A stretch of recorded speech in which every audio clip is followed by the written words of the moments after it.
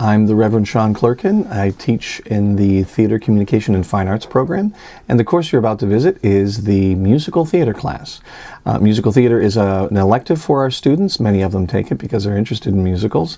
It is, of course, America's primary contribution to the world stage. And this course takes a look at two parts of musical theater. First of all, the history of musical theater, starting in the 1890s and going all the way through to the present. And then the second half looks at the components of which musical theater is built. We look at the book, we look at choreography, we look at lyrics, and we look at music, and then finally we look at the total package, the assimilation of all of those elements. Students not only have a historical background and also an exposure to musical theater literature, but they also spend some time building and writing their own musical moments. Today, for example, what you're going to be seeing in class is watching the students take a look at a pre-existent song that comes from a musical. They don't know the name of the musical, but I'll tell you, it's Xanadu.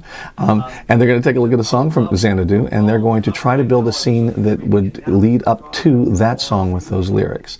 It's kind of working counterintuitively because, of course, most musicals start with the book. They start with the story and the plot and the characters, and then lead into lyrics. So we're kind of fighting against the natural tendency of the way things are written.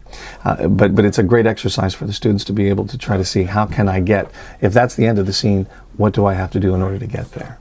We don't just watch musical theater shows, but we actually learn how people wrote them and why they wrote them and why they wrote in that style. I like musical theater because it is giving us an insight into what makes Broadway and how Broadway was formed and what goes into every show that they make, and some of the greatest, like Rodgers and Hammerstein and Rodgers and Hart. It's a really great insight to everything that we know and hope to know about Broadway and how we can get to that place.